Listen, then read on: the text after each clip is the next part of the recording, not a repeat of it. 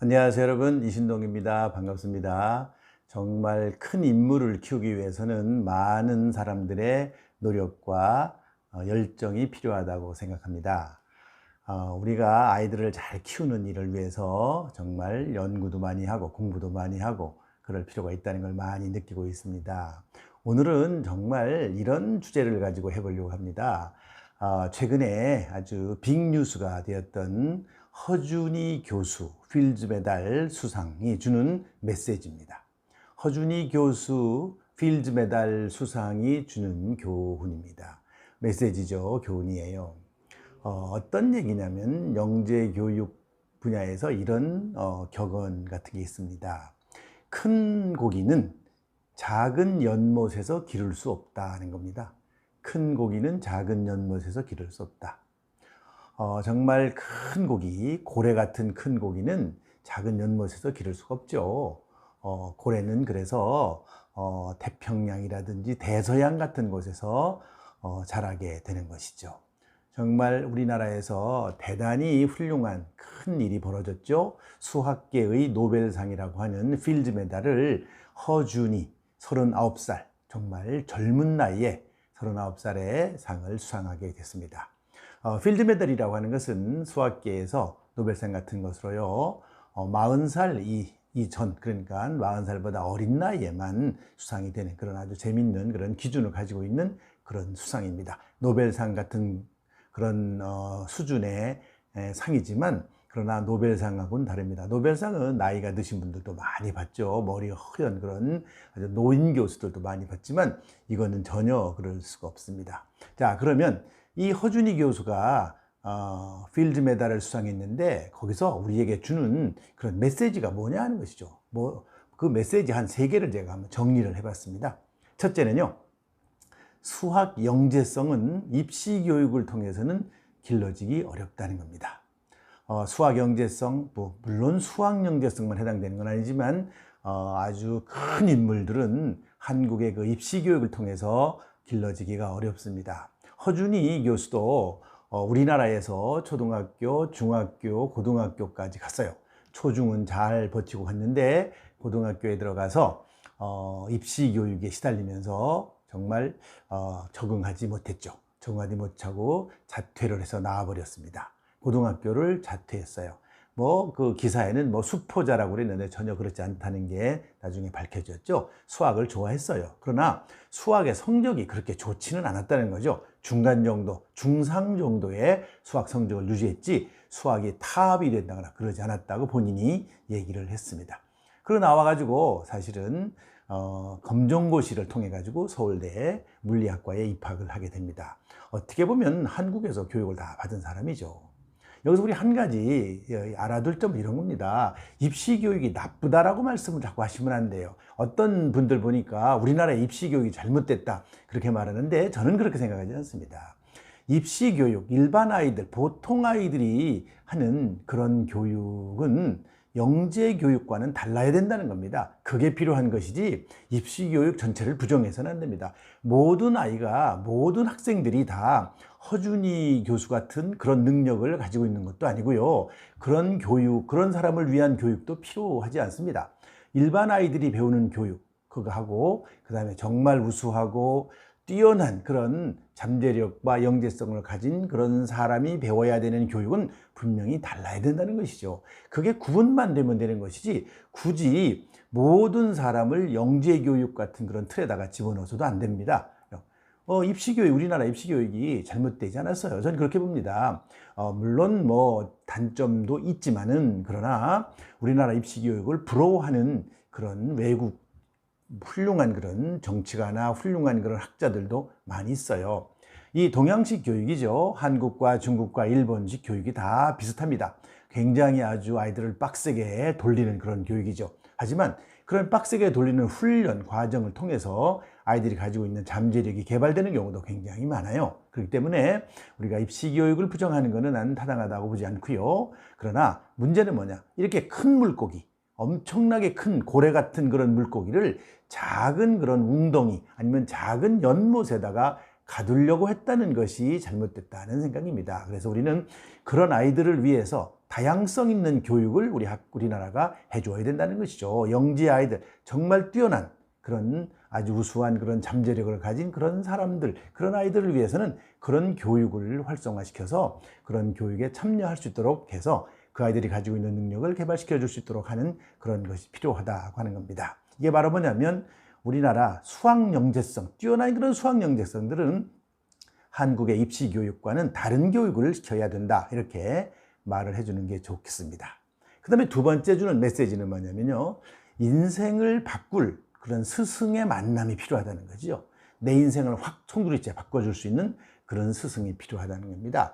그 허준희 교수가 서울대학교 4학년 때요, 4학년 때 서울대학교 들어가서도 성적이 그렇게 좋지 않았더라고요. 보니까 그렇게 좋은 성적을 받고 그러지 않았는데, 우연하게도 그 일본 분인데요, 일본 교수님이 이제 한국 서울대학교 와서 계시는데, 보통 이렇게 교환 교수 같은 형태로 이제 와 계시는 분들이 있거든요. 그러니까 히로나카라고 하는 그런 교수님인데요, 이 히로나카 교수님이 이미 벌써 그분은 수학의 필즈 메달을 수상했던 그런 분이죠. 그분의 수업을 듣게 된 거죠. 그분의 수업을 듣고 바로 그분의 어떤 그 수학적인 어떤 깊이, 그 다음에 수학적인 어떤 전문성, 이런 거를 보고 나도 저렇게 돼야 되겠다. 어떻게 보면 롤 모델이라고 그럴까요? 롤 모델이 만들어진 거죠. 그래서 이 허준희 교수가 바로 그분의 여러 가지 기하학 관련 그런 연구들이 많았다고 그러는데요, 그런 강의를 들었다고 그러는데, 대수기하학이라고 그래요. 대수기하학을 굉장히 좋아했고 거기에 집중을 할 수 있었다는 것이죠.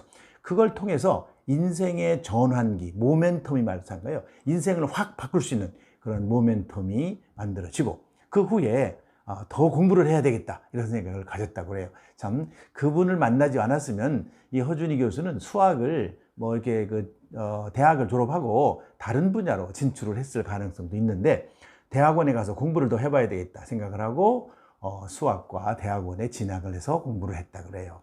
참, 이런 훌륭한 선생님들이 필요해요. 저는 여기서 한 가지 더 우리가 생각해 볼 부분은 이런 겁니다. 훌륭한 선생님도 중요하지만 그 훌륭한 선생님을 알아내는 그런 학생도 중요합니다. 훌륭한 선생님을 보고 정말 저분은 훌륭하다, 그리고 저분은 훌륭한 스승이다, 나에게 훌륭한 스승이 될 수 있다 하는 그런 눈을 가져야 되는 거예요. 그런 눈이 없는 사람은 그런 아무리 훌륭한 그런 학자, 훌륭한 선생님이 있어도 그 선생님을 찾아내지 못하죠. 한번 예를 들어 볼까요? 그때 당시에 서울대학교에 이 일본인 교수님의 강의를 들었던 사람이 많잖아요. 많은 여러 학생이 같이 들었어요. 그랬는데도 그분에게 그렇게 감동을 받은 사람이 별로 없었다는 거죠. 너무 어렵게 강의했다 그러는 거죠. 물론 어려운 내용이죠. 학부학생들, 대학교 4학년 학생들이 이런 분들의 강의를 이해하기 대단히 어렵죠. 아무리 서울대학교 학생이라도 그렇지 않습니다. 이런 분들의 그 내용을 이해한다는 것은 대단히 어려운 일인데, 그래서 이분하고 가까워지기 시작했고요. 그리고 이분과 관련된 그런 기사도 쓰기 시작했고요. 그래가지고 이 허준희 교수가 엄청나게 큰 감명을 받았다. 그리고 인생의 아주 전환의 모멘텀이 됐고요. 인생의 아주 중요한 롤 모델이 됐다는 겁니다. 이거 참 중요한 사건이라고 생각해요. 특히 영재 교육에 쭉 연구를 하다 보면요, 훌륭한 인물이 된 사람, 훌륭한 자리까지 올라간 사람들, 이런 사람들 보면은 대부분 이런 계기들이 많이 있었어요. 그래서 인생을 확 바꿔줄 수 있는 그런 스승을 만난다든지, 또 인생을 확 바꿔줄 수 있는 어떤 사건이 있다든지, 그런 일들이 흔히 있었습니다. 그 다음에 세 번째 주는 메시지는 이런 겁니다. 부모의 지원과 방향 설정이 대단히 중요하다는 거예요. 부모의 지원과 방향 설정. 이 부모의 지원이라는 것은 많은 돈을 지원해 준다, 이거는 절대 아니라고 생각해요. 부모의 지원은 두 가지가 있죠. 물질적, 재정적 지원이 물론 있지만 플러스 심리적 지원이 굉장히 필요해요. 심리적 지원. 심리적 지원이라고 하는 것은 뭐냐면 아이가 스스로 잘 해낼 수 있도록 스스로 할 때까지 기다려주는 그런 심리적 지원이 굉장히 필요해요. 부모가 막 아이한테 계속 압력만 주고 스트레스만 주고 이래갖고는 아이가 크는 게 아니죠. 결국에 아이가 큰 물에서 놀고 큰 업적을 쌓으려면 스스로 그 아이가 해야 되는 것이지, 부모가 할 수 있는 것은 한계가 있는 겁니다. 옛말에 우리 이런 말도 있어요. 말을 물가까지 끌고는 갈 수 있지만 물을 먹일 수는 없다, 이런 말이 있어요. 말을 물가까지는 끌고는 가죠. 그러나 물을 안 먹으려고 하는 말한테 물을 억지로 먹일 수는 없다, 그런 말이에요. 아이가 성장해 나가는 과정, 그리고 영재성을 개발해 나가는 과정을 조금 살펴보면 이럽니다. 흥미의 발견이에요. 흥미의 발견이고요. 그 다음에 흥미가 있으면 준비가 돼야 돼요. 그리고 준비 과정이 필요하고요. 그 다음에 준비 과정을 지나면은 도전하는 과정이 필요해요. 그 다음에 도전이 있고 성취가 있어야 돼요. 그런데 이런 흥미와 준비의 과정이 초등학교 과정에 이루어질 수도 있고 중학교 과정에 있어요. 준비 과정이 중학교, 대학교까지 올라가는 겁니다. 우리가 아이들이 조금 수학을 잘하면 얘 수학 영재성 있나 보다 이렇게 생각하고, 과학을 조금 잘하면 얘가 과학에 흥미가 있고 과학 분야에 엄청난 능력을 가지고 있다라고 생각하는데 그렇지가 않아요. 이 흥미 단계에 머무를 수도 있는 겁니다. 흥미 단계에 머무르고요. 그 흥미 단계에 머물러서 그 다음 단계 뭐라고 그랬죠? 준비 단계. 준비를 오랫동안 해야 되는 겁니다. 그 어떤 지식의 축적이 필요한 거예요. 특히 과학 분야는 더 그렇습니다. 수학, 과학 분야 지식의 축적이 필요해요. 많은 공부를 해서 축적을 해야 됩니다. 그 다음에 그렇게 축적된 준비 단계를 거쳐서 도전 단계로 가는 거예요. 도전 단계. 그 다음에 이게 도전을 해서 실패들 많이 하겠잖아요. 이 성공만 하는 게 아니에요. 도전만 하면 무조건 성공하나요? 아닙니다. 제가 이 허준희 교수도 상당한 부분 실패, 이런 과정이 있었을 거라고 생각해요. 그런 과정을 극복해 나가는 힘 굉장히 중요하죠. 그 다음에 비로소 성취를 하는 것이죠. 그리고 성취를 끝내는 게 아니라 2개, 3개, 4개 계속적인 성취를 이뤘다고 그러잖아요.